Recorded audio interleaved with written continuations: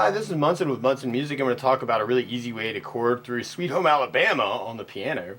I'm going to start off on a D major chord, kind of a D and an F sharp and an A note all together. And I'm kind of taking my left hand as kind of the bass player and my right hand's working root 3-5 kind of for the chord. So I'm playing a D and an F sharp and an A all at the same time. And that sounds really happy. Big. And then we go to a C major, C, G, kind of all together. Wheels keep on, and then we go to a G major chord where we got G, B, and D, and that's 90% of our song actually. Is kind of that D major, C, G, and another G, D major with the F sharp, C, G, and what we're kind of doing right now is something I call blocking, where you kind of play everything all together. Although you could throw in some different rhythm with this too. It might be kind of cool to do kind of a together right on each chord. C, G, D, right, C together, right, G together, right. So you might want to kind of do that, or you could kind of double time it and do almost kind of a 4 idea on each chord. D together, right, C, G, G. Or you could use a comp pattern. One of my favorite ones is together, right, left, right. So it's kind of a together, right, left, right, together, right, left, right, which is kind of a little syncopated. So you'd have your D major, big C wheels, keep on G turning. So you may want to kind of dig on that. What I think can be a little bit cooler with this particular song actually is more of a funky kind of feel, where you could do kind of a D note as kind of a bass, and then go chord, and then back to bass, chord, bass, chord, kind of an idea. It's D, C, G, bass, chord, bass, chord, D, F, G, D, C, G. So that might be kind of cool. And there are a couple different G licks actually here on that last G chord, and there's tons of licks in this to go and listen to and try and pick out. But there is this cool little guitar hit where you could kind of go A, G, G, and then B, G, G, and then C, G if you kind of dig on that, or on the last G chord. So you may have your funk feel, and then hit your G with that lick instead. So I'm doing G in the left with the A note to start it. A, G, G, B, G, G, C, G. Right. So you'd have your D, C, G, lick, D, if you kind of dig on that, G, A, G, G, B, G, C, G. And there's also this other really cool lick too. If you wanted to, you could kind of do the D twice, and then do a D and an A, and another A. So D, D, D, A.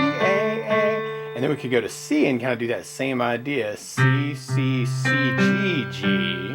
And then you could kind of hit the G, and then the B, G, G in the right hand. And then you could kind of throw in that lick we were just talking about, that A, G, G, B, G, G, C, G. So if you wanted to, you could kind of almost work it off an arpeggio idea.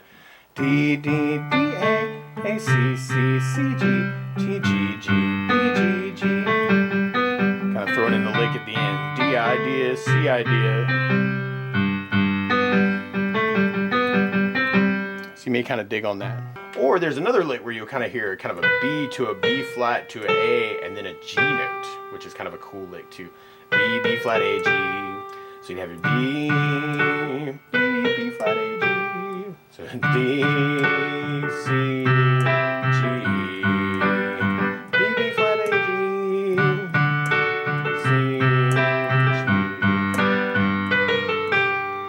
Kind of a cool thing to throw into. I almost want to harmonize that.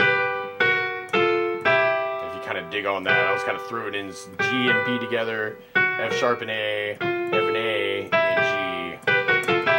It's kind of a quick, cool little chromatic minor or major third idea, or minor third, major third into a minor third. Anyways, so you may kind of dig on that too. So what can be kind of cool is to kind of alternate between those licks.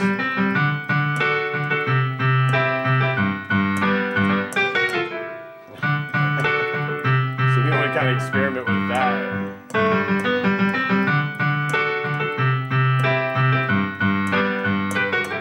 Might be kind of cool. cool. Or something else you may want to try is arpeggios in the tune. Actually, I always like kind of breaking up chords, so left to right even can be kind of a cool idea to kind of play just the individual notes of the chord, which is called an arpeggio. So you may want to kind of experiment with that, or you could make up other stuff on those notes of the chord while they're going by. So you may want to kind of experiment with that and kind of make up some licks around those chords that way. Or something else that can be cool is all these chords are kind of coming out of a G major scale, kind of your G, A, B, C, D, E, F sharp, G. It's kind of your major scale in G major. So what you may want to do is you could even do a kind of a free-form idea where you play a bass note and then make up something in the scale and then go to the bass note and make up something in the scale, and you might even find the melody somewhere. Which could be a very cool thing if you were going to do this as a solo thing. So you may want to kind of experiment and see if you can find that melody. F sharp, E, E, D, D, B, D. Now there are also a couple hits actually through the tune where you'll hear some accents actually.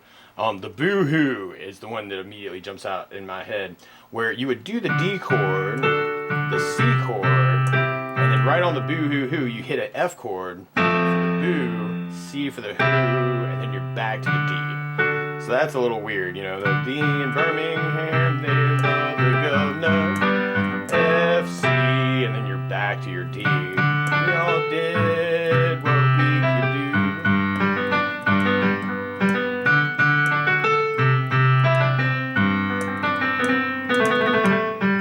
Or you can make up other licks.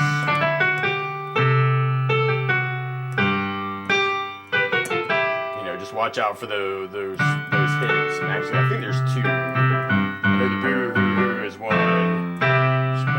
You may want to listen out for it, or you may want to completely ignore it if you're playing out. Just kind of depends. You may just kind of dig on the D, C, G groove.